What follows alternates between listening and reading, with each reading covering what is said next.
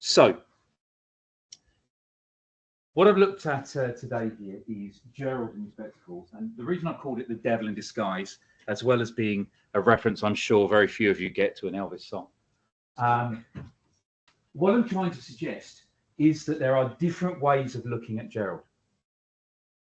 And one of the things I truly believe is that Gerald is thought of differently by Priestley to us. And that's partly to do with who Priestley was, but it's definitely to do with when we're looking at this. I think we think a lot less of Gerald than Priestley did. But at the same time, I also think Gerald is central to our understanding of the play. And I hope to argue that with you as well. Okay, possibly even the most important figure in the end, certainly for the way the ending works. So I want to start with the idea of his role. As I said here before, it's the kind of conceptual idea that we're looking for here. Remember, that's a basic way of talking about this, that Priestley starts with a blank page. He invents the story. He invents all the characters out of nothing. So every detail he comes up with is deliberate. So why has he invented Gerald? Why is the character of Gerald in a play? Why is the character of Gerald the way he is? Well, I think nearly all of it is to do with the idea of class. He also opens up the idea if a class question comes up. He is very much a representative of the upper class. Although I'm not a massive fan in Inspector Calls and naming classes. People tend to get it wrong, and a number of times I hear people saying that Berlins are upper class, and they're not. But, you know, it doesn't really matter that much. What basically I think you need is that Gerald is clearly the highest in the class system of all the people on stage, okay? Quite considerably. That's one of the reasons why particularly Arthur treats him the way they do. So when it describes him at the beginning, in the stage directions, as an attractive chap about 30, that strange phrase, rather too manly to be a dandy, but very much the well-bred young man about town. Well, I'm particularly interested in this idea of the well-bred young man about town. I think that's the phrase you want to remember. Now, of course, these are only for the actors and the director. You know, remember, you go and see Inspector Calls, no one walks around holding up a sign telling you, by the way, Gerald is a well-bred young man about town. But this is how he should come across to us. Well-bred, that's a class point, isn't it? His breeding, that's what it's very much about. How he is bred. He comes from a background of well-off people with a heritage that probably goes back years. That's what it means. But then to call him a man about town is an interesting one to me. What is a man about town? I think very much a man about town is a socialite. It's somebody who likes to go out and socialize, who's known around the town. Everybody knows him. And I think this is very, very important to particularly the story of Daisy. Sheila doesn't seem this way at all. This is who he is. He goes out to enjoy himself. Okay? You can imagine how that would work, you know, what kind of person today that would be. So I think his main role is to represent that class as we're going through.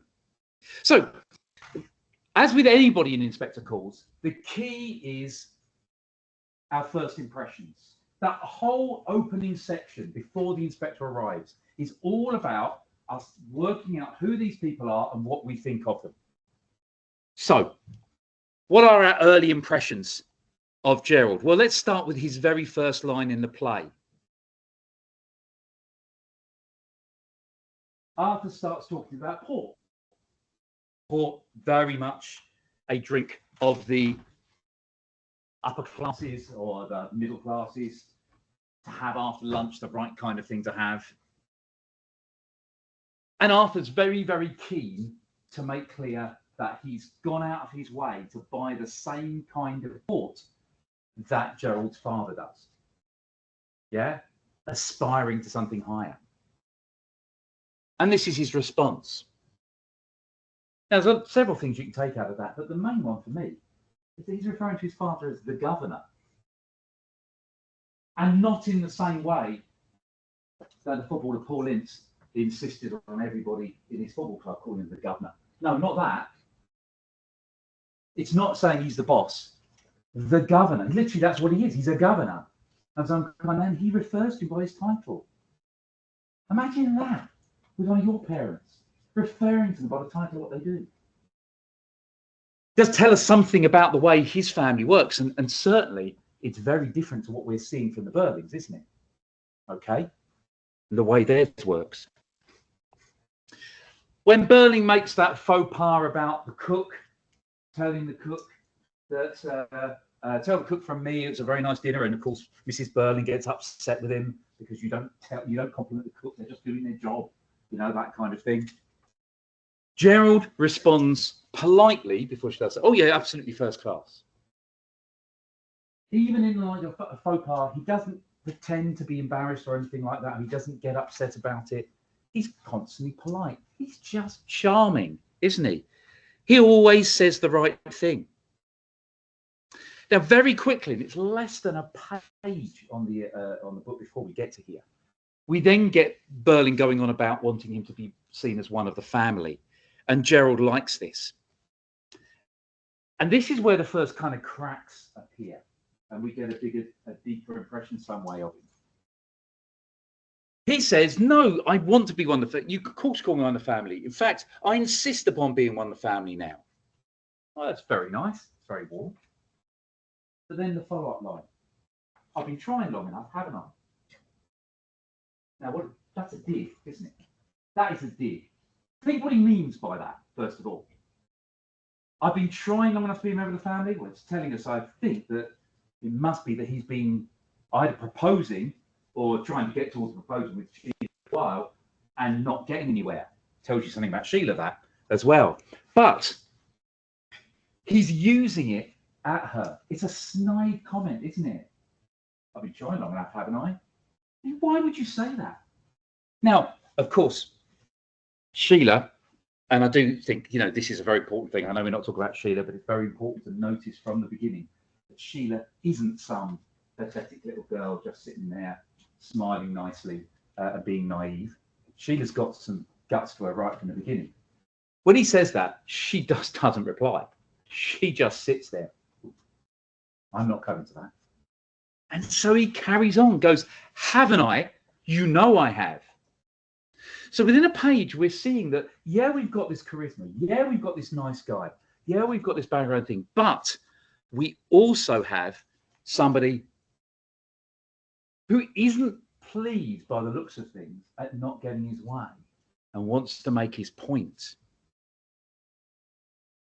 Then, of course, we get another side to him, the side that agrees with Burling. Now, it could be that you're saying he's just being polite because he's been there, but it doesn't say politely in the background. It doesn't look like it. When Burling goes on that line about lower costs and higher prices being what he wants to toast instead of his own daughter, Gerald replies with, here, here. I agree, totally. Remember, lower costs and higher prices, meaning basically pay workers less, make the customers pay more, make everybody else suffer so that we get more money. Here, here, says Gerald. So he is a very clear capitalist, and we know how Priestley feels about them. And then that speech that Burling gives, the famous speech, gives me a chance once again to remind you, please do not bring up the bleeding Titanic. Examiners like me, we hate it. It's not even a good quote. Talk about his thing about the war if you're going to talk about that speech instead, when he says there won't be any war. Anyway, but he also talks about there being increasing prosperity, which of course there isn't going to be because there's about to be a war. And Burling agrees with it. I believe you're right, sir. So actually, Gerald, not only on the side of Burling's capitalism, but also potentially on the side of his misreading and misunderstanding of things. He's quite a complex character, really, when you think about it. When Burling says to him, I think you're a pretty fortunate young gentleman, or young man too, for, you know, getting Sheila, he replies, I know I am. Well, this once, anyhow. And what's that meant to mean? I know I'm fortunate this once anyway. How much more fortunate can you get than Gerald? He's got literally everything. But he doesn't seem to accept that. Well worth thinking about. And finally, we have the moment when they raise a glass to Sheila, and Sheila says, I can't drink to this, can I? What can I drink to? And Gerald goes, you can drink to me. Oh. And she says, okay, I'll drink to you. And he says, and I drink to you, and I hope I can make you as happy as you deserve to be. Well, there's a nice bit. I don't just hope I can make you happy, I can make you happy as you deserve to be. That's a genuine thing there. So what do we say? Early impressions, it's all over the place. Gerald is more complex than he appears at the beginning. He seems distant with his family a little bit in the way he talks about them. He's very polite, he's very charming. But at the same time, he's a little bit petty, maybe, at times in the way he behaves. Yet, he is very genuine by the looks of things in his feelings for Sheila. And I do think that's important. I do think it's important that you get the sense that he is genuine in his feelings for Sheila. Now, when Arthur's being interrogated, of course, Gerald is there with him. We have basically the men on the stage. Okay, Sheila comes in a little bit later, but it is Arthur, it is Gerald, it is Eric. And Gerald's role with Arthur is again to back him up. And this is important. We look at Arthur's story and we look at Arthur's treatment of Daisy. Sorry, of Eva, Daisy as it is to Gerald himself. We look at his treatment of her and we see that Priestley clearly is not happy with it in the slightest. We see that Priestley is trying to show us somebody who is completely thoughtless. And one of the key things is Arthur's background. I know we're talking about Gerald here, but you need to draw a thing up here. Arthur's background. Remember, it's not said very clearly, but no one tells us about his background. But it's made clear that he has a colloquial accent and a local way of speaking, which will stand out a million miles when you're watching the play. Right? It really does. Everybody else is talking very nicely like that. Everybody's got a nice accent. And then there's Arthur talking like that. He stands out a million miles. He doesn't belong. Okay, he comes from the working class. Now, he's obviously made his way up. That's what we would expect. And then he has a chance with Eva to do the same, to allow somebody else to work their way up. That's what capitalism is supposedly about. And he doesn't. He gets in her way. So he's made out to be a true villain in that situation. But Gerald agrees with every word that Berling's saying. He makes judgments about these working class women, talking about them coming back after the holidays from the strike. Yeah, they're real broke if I know them, which is very dismissive. When he says, we let her go, he says, you couldn't have done anything else. That's Gerald's view. There is no other course of option, no other way of doing it. When Arthur makes that comment about asking for the earth, they'll soon be, if you don't, they might be asking for a small mountain here, but soon they'll be asking for the earth. He goes, I should say so. So fully agrees with that idea.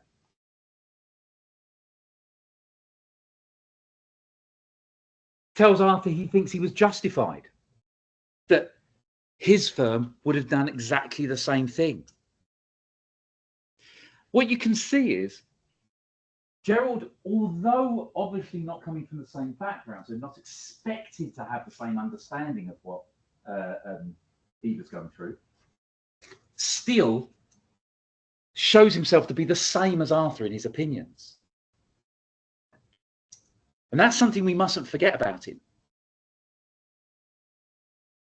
It's driven home by one of Priestley's really on-the-nose comments that he does at the end, where Gerald says, well, after all, we're respectable citizens and not criminals.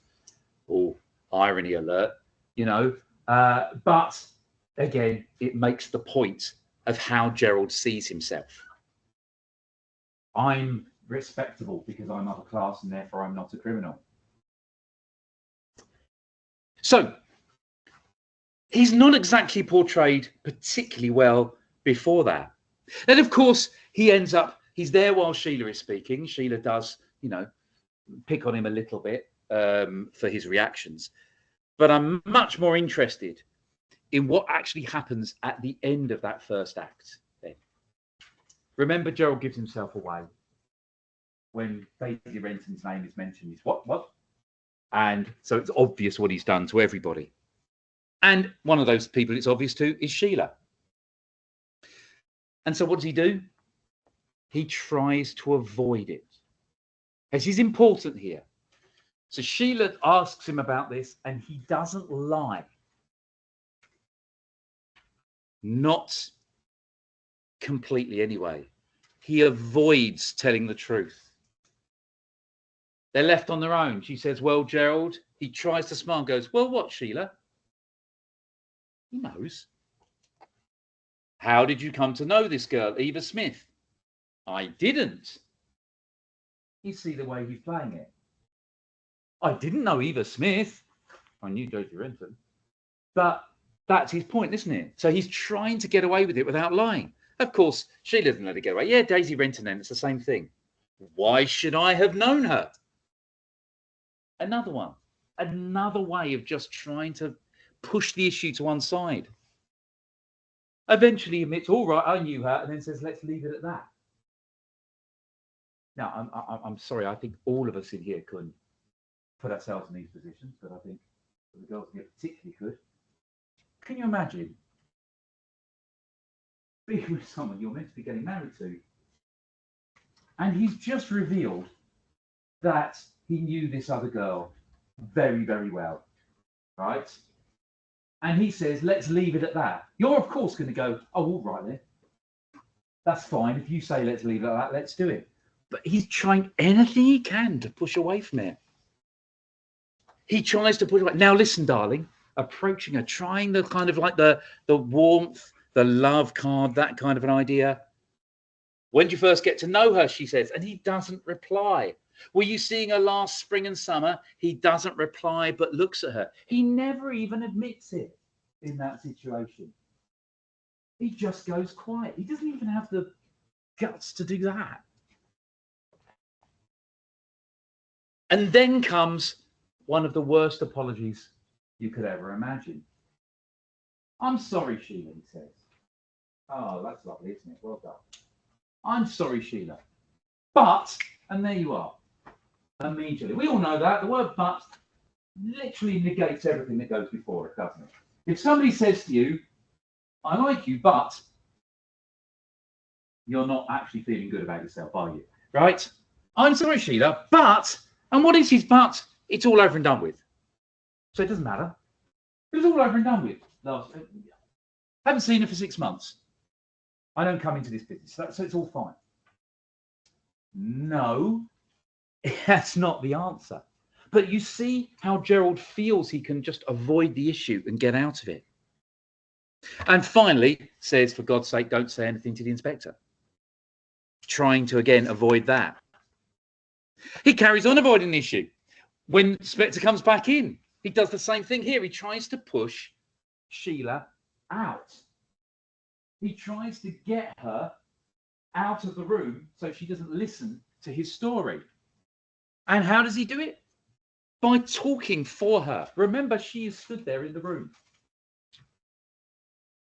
And he's talking to the inspector about her and summing up things about who she is and how she's feeling.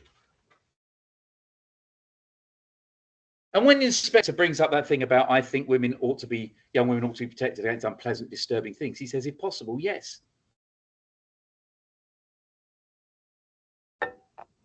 When he speaks to her, I only meant to say to you, to Sheila, why stay when you'll hate it? What are we looking at? We're looking at, well, if we're being nice to him, a very old-fashioned man. A man who feels it's best dealt with the girl out of the room. Who feels he should talk for her and protect women. That's what he should be doing. To us, that's going to come across an awful lot worse as a modern-day audience than it would to an audience at the time. But there's also the other way of looking at it, that he's really a despicable little toad who is just trying to get her away so she doesn't have to hear all the dirty details about what he's been doing with somebody else. After all, he turns on Sheila. Through it. Now you want to see somebody else put through it. Brilliantly, of course, Sheila just rips him to shreds for this and he ends up apologising again. But you get the sense. So now, before Gerald's story, before his old details come out, what have we got then? We've got this mix between this charismatic man, as we've seen along there, who seems to be able to say the right thing in a lot of situations, but there are a lot of things under the surface that don't seem quite right. And I think that's something, even if Priestley didn't intend us to feel it completely that way, I think we do feel that way. I think if we're paying attention and we watch a production of this now as a modern audience, we're already finding him a little disturbing with his attitudes and his personal way of dealing with things. And at the very least, we're seeing somebody who really is thinking about himself pretty much all the time. So let's move into his story then. The key thing about his story for me is the different interpretations you can have of it. Now, on the one side, and I'm pretty sure Priestley actually wants us to feel this way. On the one side, he feels genuine emotion and upset. Look at the evidence we have. That bit where he kind of breaks down a little bit. Very genuine, no doubt about it. The bit at the end of his story when he wants to leave, and in a very upper-class English way says, well, I'm actually a bit more upset than I appear to be. I'd like to leave if you won't mind.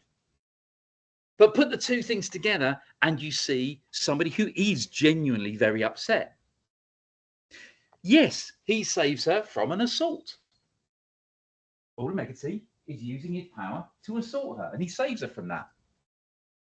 He saves her from a man who is exploiting his power. Yes, he looks after her very genuinely. He gives a starving woman food. He gives a homeless woman accommodation. He gives a poor woman money. And there's no doubt that he does make her happy, as well as the way that the story goes at the time. The inspector later on, when he's about to leave, makes that point, says that Gerald at least had some affection for her and made her happy for a time. So I think this is all evidence we can't ignore. I think there's no doubt that you can interpret that he has genuine feeling and emotion over this girl. He genuinely cares about her. Trouble is, there's another way of taking it, particularly, I feel, as a 21st century audience, much more aware of gender politics and class politics. And that would be this. At the beginning of his story, he is in a bar where men pick up prostitutes. And he knows he's in a bar where men pick up prostitutes because he says it's a bar where men pick up prostitutes. Why is he in a bar where men pick up prostitutes? He says because he went to the theatre upstairs and it was a bad show and he went down to this bar, which he knows, by the way, happens to be where men pick up prostitutes. I will leave you to potentially see that there may be another interpretation as to why Gerald is in a bar where men pick up prostitutes. And he knows it's a bar where men do that. Maybe it's not his first time. He's pretty misogynistic. You know, misogynistic, not really liking women. One of the worst lines in the entire thing to deal with as a modern audience listener. When he's talking about prostitutes, the prostitutes he comes across, the general one, and he says, I hate those hard-eyed go-post women. It's an awful line, an awful line. He's literally saying, I hate prostitutes, which, let's face it, is pretty much serial killer talk. But, you know, and why does he hate them? Because they're ugly. I hate those ugly women. They were better looking, I'll be all right. They've got hard eyes. They've got dough faces. Why have they got hard eyes and dough faces, Gerald? Because people like you are ruining their life. It's not a career choice. They haven't gone in and said, you know what I'll do for the future to their careers officer at school? I think I'm going to become a prostitute. No, this is desperation. These people are just, they're nothing because of the way they're treated. And he hates them for it, even though he's responsible. Then, when he notices Daisy, he only notices her through her appearance. I noticed a girl who looked quite different, so that's all right. She was very pretty, with soft brown hair and big dark eyes. Okay, so he gets in and saves her from Alderman Megati, but, well, it's pretty dodgy. Even more dodgy, and I'm amazed I haven't put this up, actually, when he refers to her in one of the most unpleasant, icky lines you ever see, saying she was fresh. Explaining why I liked her. She was fresh. She looks so different. Fresh. What does he mean? I'm not going to get into that now. It's not good. Then he takes her to a hotel. Do I need to say any more? What are hotels for? Apparently, it's because it's a place he knows where they serve food late at night. Yeah, they do something else in hotels. And, you know, you take a young girl you've just picked up, who, by the way, is in a place where men pick up prostitutes, and you go to a hotel. I wonder why. And then when he puts her up in the rooms, remember, it's a place he happens to have the keys to for free, looking after it for a friend. Okay? It's just there. And why does he have the keys? Because his friend asked me to keep an eye on them for him, the rooms, and use them if I wanted to. But why is his friend mean? You can use these if you want to. Does his friend have a little bit of an awareness of Gerald and his proclivity, shall we say? You know, sometimes you might need a room. Here's some keys. Have my room if you need to, just to look after it while I'm away. It just hints to me of a background. Just like we were saying with Arthur and his accent, it's not clearly there, it's not said straight out, but it's a definite reading. And it doesn't make the man about town look great. And then when his friend is coming back and the rooms aren't going to be free anymore, he ends it. Now, this is a rich man. Might be reading too much into it, but sorry, it's how I feel. I genuinely think to myself, he could quite easily at that point have said, I'll tell you what, I'll rent some other rooms for you. And particularly, he could have ended it and said, yeah, look, this is ridiculous. You know, this is not going to go anywhere between, which it isn't. It's not going to go anywhere between the two. He could have ended the relationship, but he could have said, but I'll tell you what I'll do. I'll rent you some rooms that you can use. I will pay for them until you are earning enough money to pay for them yourself. And guess what? I can get you a job because I own a bleeding factory. Never seems to bother about that, does he? I'm not a big fan of Gerald, you might notice this. And of course, he exploits her sexually. He uses his, I'm not saying she's not interested in this at all herself, but he uses his power and his holdover to get what he wants. Even though, as he admits, he knows she feels more for him than he does for her. Exploitative. And remember, this is when he's meant to be with Sheila at this time. And during the story, he has to be reminded to apologise to her during the story. The inspector is who he apologises, he's speaking to and apologising to. And Sheila literally has to say, yes, but you should be apologising to me. And he goes, oh yeah, sorry. All right. This is not a picture of a great person, even though the story, and remember, it is by far the longest story of all the ones to do with Eva Smith in there.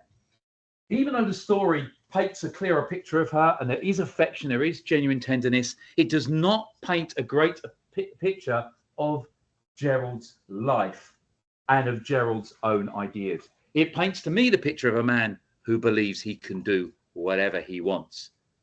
After all, he's upper class. He can get away with it. So which is the real Gerald? Well, I said to you that I also believe that Gerald is the key to a lot of this. Now, in order to do this, it's important that I tell you my interpretation, which isn't revolutionary, but my interpretation of the end. Why, for example, do we have that section after the inspector leaves in which they gradually work out that he wasn't an inspector, it may not even have been the same girl, and that there isn't even a girl dead? Why put all that in? Well, I think the thing is, without that, it's too easy for anybody to change. It's too easy. Because, you know, there you are in a situation with self-preservation. Then you take that away and say, well, actually, you're not in any trouble. You could have been, but you're not. You've got two choices. You've got the choice of going, thank God for that. I'll tell you what, better change. Better do things differently. Choice number one. Or you've got the choice of going, oh, well, there you are. Oh, well, no problem. Back to where we were. And that's choice two. Think of it like the multiverse. Those two decisions take you, and they exist in two different multiverse at the same time, two different universes at the same time. If you make that first choice, oh, thank God for that, we better change, then you are living in the universe in which this wasn't the same girl, and no girl has died. And everything will be all right. But if they make the choice the other way round, making the choice of we can just carry on as normal, then what have you got? You've got a universe in which she dies and it is the same girl. And because they make that choice, that's where it goes. And of course, that's partly him saying we could have avoided these wars if you had made the right choice. But it's if who made the right choice.